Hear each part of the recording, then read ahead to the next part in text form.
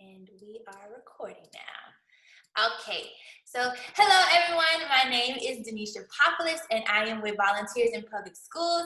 I'm so excited to have the amazing Super Summer Reader join us today to talk about her experience with the amazing project.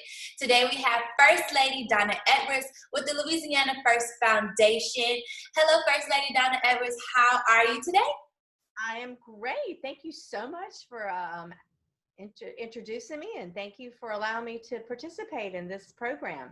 You are so welcome. First, I would like to thank you for signing up to be a Super Summer Reader. We truly, truly appreciate you sharing your time, your efforts, and your voice with us in this project.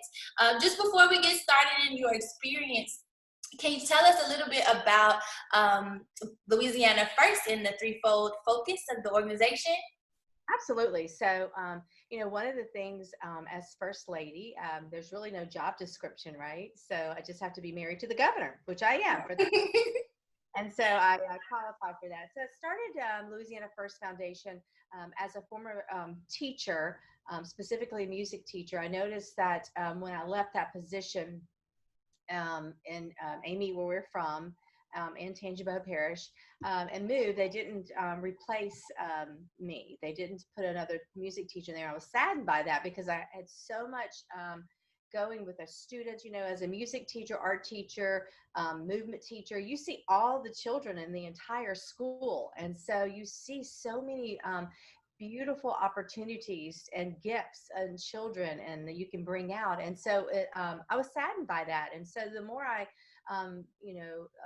talked about this, and the more I did some research, I found that that was happening in lots of places within our state. And I always say Louisiana, of all the states in the United States, we should be the bright shining star for music, art, and movement in our country, because we're just such a great gumbo pot, and we love our culture, we love our music and our art. It just beckons us to be involved. And so I started something called started Louisiana First Foundation, thinking it was going to be focused on the arts, and which it was initially. So I started Teach Ma'am, music, art, and movement, the three. And so Teach Ma'am was about really how important it is to teach those within our school system and every school system. And so that started. And then, of course, your path sometimes takes detours. And so I ended up working with foster children, working with a foster care system, because in the foster care program, those children are under the state's umbrella, and so they become our children. And so as a teacher, a former teacher, just the passion and as the just love of children. And so I really started working on being a connector and how to connect people, faith-based, governmental agencies, civic organizations, and businesses, and how we can all come together, even though not everyone can be a foster parent, but everybody can do something. And so really trying to ignite that love of children within the foster care program, and how important they are. Those children grow up to be citizens within our communities. And so it's important for us to invest our energy and time and love into those children, so that they can be great citizens within our communities. And so that became an issue, and working within that program. And then also that took me to another area that I had no idea about, which was human trafficking, which was happening in our state. And we're doing amazing work in that area. There was a time prior to my husband's administration where children at the age of 18 were aging out of foster care, and then they were forced to go into the streets, many of them. And so we've been able to raise the age to 21, which is huge for our young people, and they can stay within the system and receive all the resources and benefits they need and help to be able to move on and to go into whatever area of study or whatever area of adult life they choose to. And so with that being said, at one time there was that, when the children were being thrown into the streets, basically. And so that, and the fact that the I-10 corridor, the I-20, were really some of the heaviest trafficked corridors in the country. And so finding out more and more about this horrific, horrible crime and knowing that it was happening in our own backyards, literally, I really started, movements in that area. So we are still to this day doing conferences with human trafficking prevention and awareness, bringing it to people's attention. And really investing programs, educational programs with our hospitality industry, and our law enforcement to better recognize people who were picked up from the streets. And instead of, at one point, they were being picked up and treated much like they were the criminal and thrown into jail. But after questioning, a lot of our law enforcement realized that they were not criminals, they were actually victims. And so treating them as such. And so just a lot of work in that area. So, there it kind of runs the gamut from teach music art movement to foster care to human trafficking, but it's all about children and how if we invest early on and invest in our children, boy, we're going to really have a great Louisiana, right? So Yes, ma'am. Yes, ma'am. Because children are truly our future. So that is amazing. We definitely appreciate all of those initiatives. And given your background in education in Tangipahoa Parish schools, what are your thoughts on the importance of childhood literacy, especially during the summer months? oh, it's huge. And we know that statistics show that when a home has at least 20 books, the child's course of education changes. It can mean the difference between going on to a four-year university or college or to a technical college. It can mean so much to that child's life by just having books and being exposed to reading. And now is such a difficult time because a lot of our libraries are not open. Some are, just depends. But thank goodness we do have ebooks. And our libraries do have, online where you can check out books online. But, I started something on Thursdays with Reading with the First Lady here on my Facebook page live. That's been great to really highlight our Louisiana authors. I've also talked to people who are reaching out to grandparents and aunts and friends to Zoom with their children and read books from their own home to share their children. Gives the parents a little break to move around and maybe do a few things in the house while their children are listening to these adults in their life read to them. And that's a huge thing that we need to all be involved in, is really taking time to read to the children, the young people in our lives. Yes, ma'am. That's exactly why we're honored to have you as a Super Summer Reader. And the fact that you spoke on children needing at least 20 books to set that foundation, that is the exact purpose of this project, to combat that not super summer, but the reading loss, which occurs when students are not in the classroom, especially right now with the extended period of time that they're not physically in the classroom.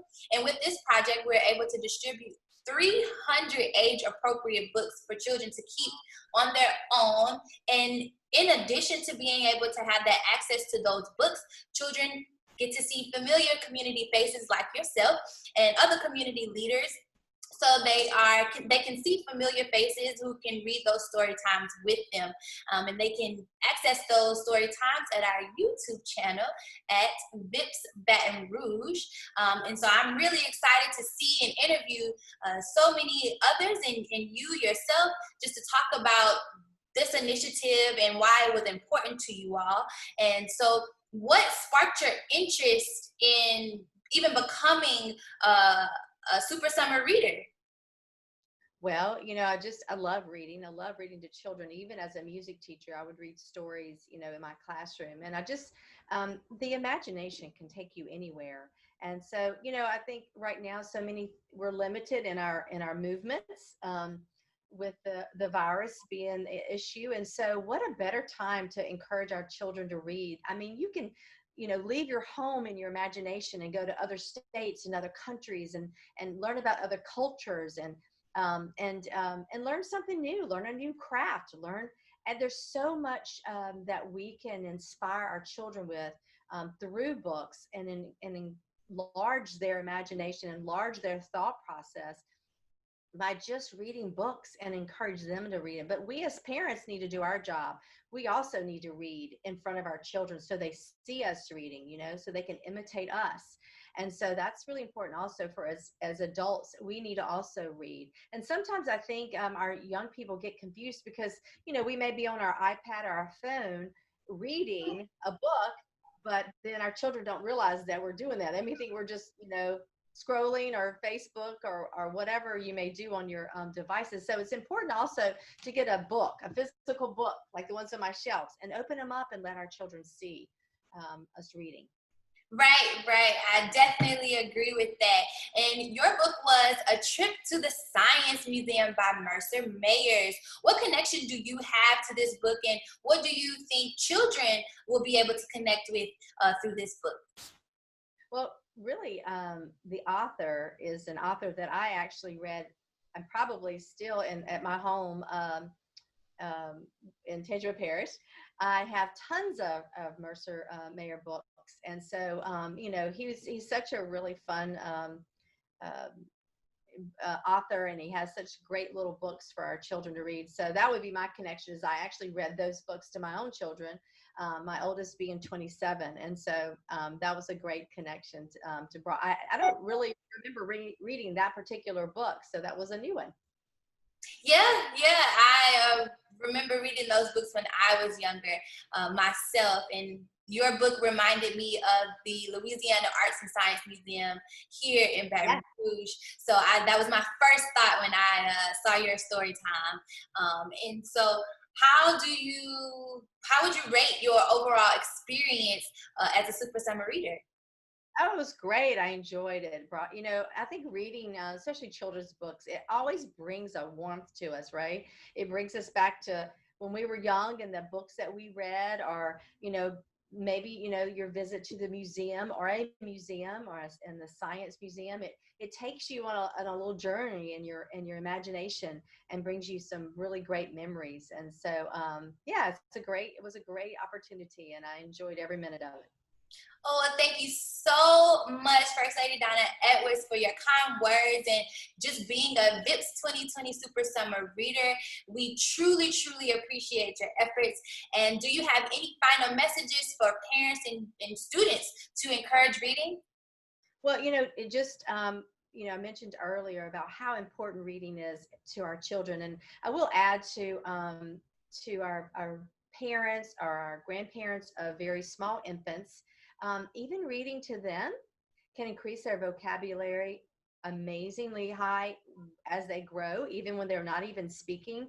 And singing. Some of our parents who are listening may not have a book or may not have multiple books in their home. Singing great songs, those are words, and those are important to also for our young children in the cradle or in the bed. And so it's important that we use our words, good words, and reading and singing to our children is so important. So I encourage all of us to figure out which we can do and do both of them. Well, thank you so much. That's all I have for you today. I don't want anyone to forget to watch our YouTube to see you and other community leaders reading to our special reading leaders at VIPS Baton Rouge on YouTube. Thank you so much, First Lady Donna. Thank you. God